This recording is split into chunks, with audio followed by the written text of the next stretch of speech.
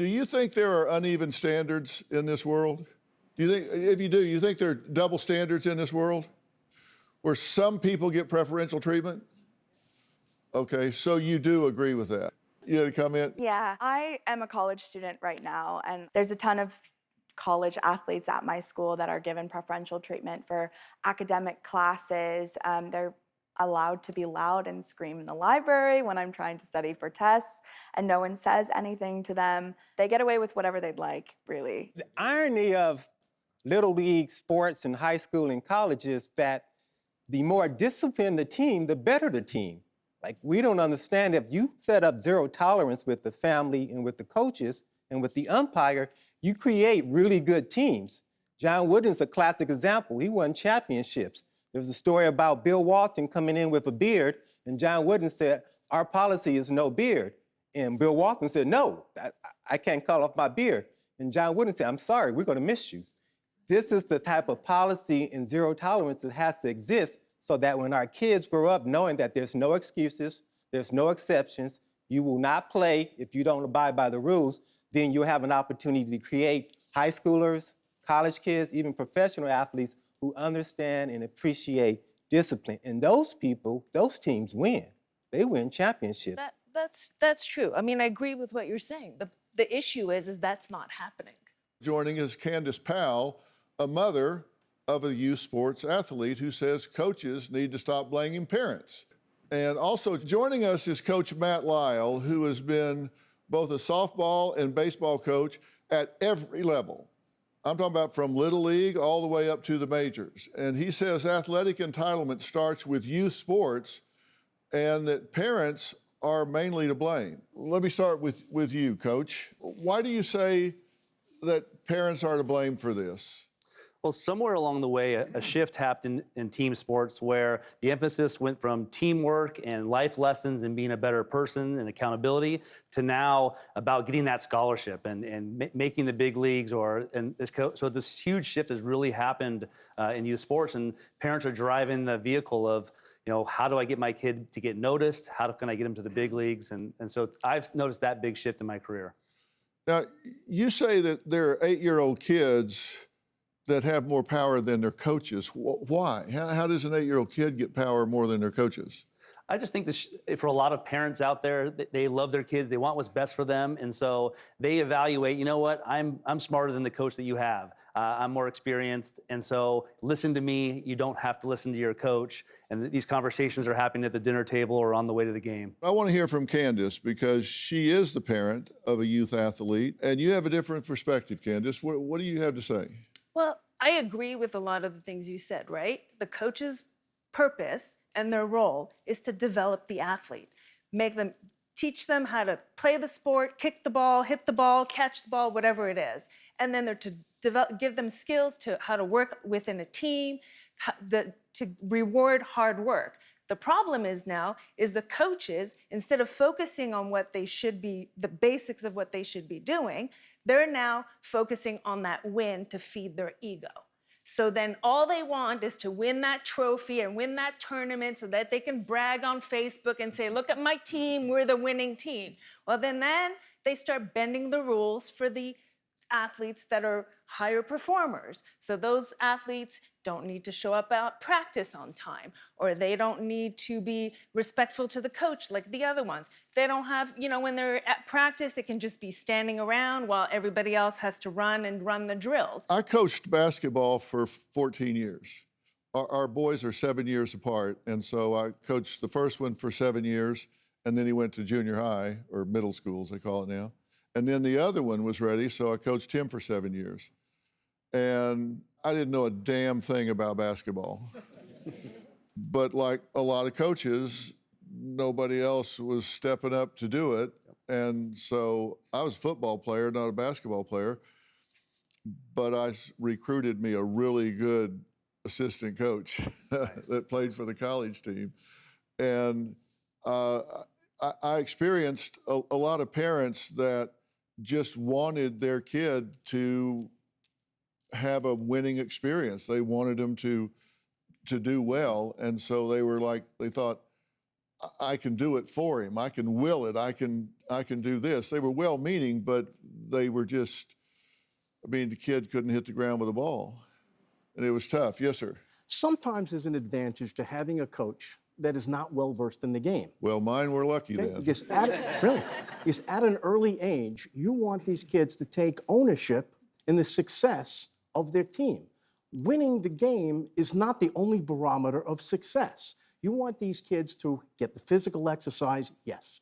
You want them to have the team camaraderie, to be able to support their teammates when their teammates do well and support them when their teammates aren't doing as well. They're learning how to be in a civil society. And a good coach understands that regardless of their ability to know the X's and O's of any game. Yeah, but they don't always do that. Now, your name is Avery, right? Yes. Avery Crude, and you were a ref. Well, you are a ref. And I still a referee. But you were the president of the association. I was the administrator of the referee administrator. That's correct. Okay, and Here on the West you Side. resigned that. I resigned the position of administrator because I was no longer able to support all of the referees that were being mentally, physically, and verbally abused from the sidelines. You sent a letter. Yes. That is one of my favorite letters. I have to read some of what you said. You said, "This will be my last year as your referee administrator, and there's a reason. I have come to despise so many of you, Yes, indeed. and I hold so many of you in contempt. Your behavior on the sidelines has, for far too long, been disrespectful, and you are damaging the children. I can no longer be involved with so many people who feel so entitled. People threatening to write up a referee because he was wearing a protective boot was the last straw. So I'm done, and it's your loss." You said that this really got to you, got into your head. Yeah, I was visiting one of my good friends doing his spring football fest back in 2005. My uncle took me out to his university, and afterwards they had this big celebration. The team got together. They went to this club together. They partied, and sure enough, my friend who I grew up with, his girlfriend, they ended up parking lot arguing, and she kind of pushed him. All of a sudden, he clocks her, bam. And my knees got weak. And where I'm from in Louisiana, he's a black guy. She was a white girl. I mean, you push a white girl, that's a life sentence in jail. But if you hit her, that's the death sentence. So I got nervous. I went back to his dorm with him. And sure enough, I'm thinking, I'm going to be pulled in to be, investigated or even questioned. And sure enough, he calls this guy, pulls out this card he has, and he calls him, and he tells him exactly what happened. I followed with him a week later and asked him, what happened? And sure enough, he says, "Hey, man, once we called X, Y, and Z, it was done." And I just found even then, I grew up in a home where, just doing right was the right thing to do. And to see this it was alarming and very nerve-wracking. But it got in your head as well. You said at school you would actually park in the president of the university's parking space? Yeah, I mean, just some senseless entitlement. And then, my coaches called my mom one day, and my mom, all of a sudden, I'm in practice, I'm in the middle of a drill, and she comes out there walking in a rain pour like you wouldn't believe, and snatches me off the field in front of all my team. My coaches are looking around like, "Miss Recall, can we get through practice?" She says, "You can get through practice if you want to. You won't get through it with him." And listen, I'm from the South, so she had a way of getting through it and getting through my head. So needless to say, I never parked in the spot again. Yeah, so she brought you back down to earth? Yeah, humble pies. She can easily do that. Yeah, I can't imagine. Did the president ever say anything to you? He would say good game, and if I played well. But, he would tell me after the game, "Hey, listen, I don't want to see you in my spot this week, but if I was running late, and that spot was open, I loved him, and he loved me, and You know, if I beat him to it, it was almost like eeny, meeny, miny, mo, right? Mo got the spot. So. Yeah, okay. You had a comment? I can say firsthand that this behavior definitely has not changed. In fact, it's probably only gotten worse. And I feel like parking in the president's spot is honestly on the lowest level of things that these kids are getting away with nowadays. Really? Yeah. What's happening now is, they're bending the rules. Well, I know of a current high school football player, and he's a top-ranked football player, completely failing every class. His entire transcript is Fs. Well, at the end of the football season, they removed him from the school because, all these Ivy Leagues and these D1 colleges are all wanting to recruit him. So they need him to have the minimum grades so they can pass admissions. So he's attending a charter online school so that he can fix his grades to meet the minimum requirements so he can get recruited. Whereas like everybody else at the school, there's no way any of our kids would be able to attend an online school to fix your B to an A if you're not an athlete. There are a lot of bad coaches out there at all levels, from the big leagues on down to T-ball, who, their kid gets special treatment or they're giving special treatment to athletes. That definitely happens. Let's be clear about that. But context is really key. In your situation where you're coaching youth athletes, you're doing the best you can. It's not a job. You're not getting paid. And as high school, most high school coaches are getting a couple $1,000s maybe, and with gas, and they're not making anything. Now we come to college and pros. That's where we get a little bit different, and it is a job. The issue that we have, though, is that a lot of these athletes are coming into the programs very entitled and painting these good coaches into a corner because they're afraid. They're afraid to bench their best player. They got a good NIL deal getting paid, or the parents. And so now you've got these good coaches who are afraid of getting fired for playing their coach. So it's not always about wins. And again, they're trying to feed their families. They've got to win at the college level. You're going to get fired if you don't win. Yeah, sure. Avery? This runs far deeper than the controversy of good coaches versus bad coaches. What we have in this country is a mental health problem. It runs so deep that it's no wonder that the manifestation of people's ill health comes out on the pitch, the football field, the baseball diamond, because people are bringing their baggage. And their baggage affects not only themselves and their kid, it affects everyone else out on the field. So when a parent behaves badly and everyone witnesses and nothing is done immediately to that parent, every child is affected because what is the lesson they learn?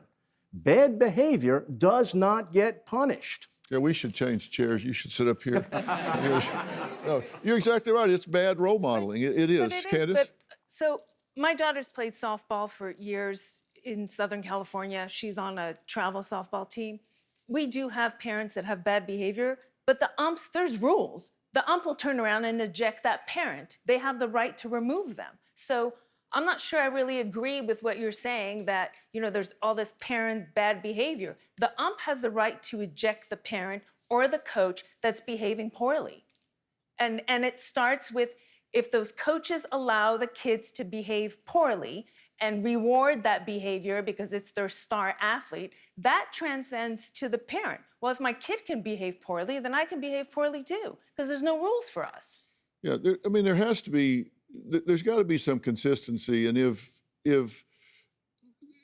of course, the umpires, the referees, or whatever, they don't want to be in controversy. It's really supposed to be about the kids. And it's the personality of the ref. They don't want to be confrontive sometimes.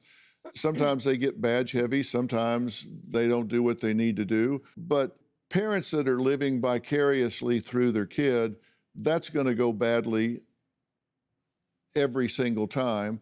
And the problem is, whether it's the parents or the coaches or whatever, from a young age, particularly skilled athletes that get preferential treatment and they start thinking that they are special, when they get old enough to start making decisions that matter and feeling entitled and making choices that affect others, now we're in a really bad spot. Absolutely. That's a problem. Do you have a story or a question for me? Click the link in the description and tell me what in the world is going on.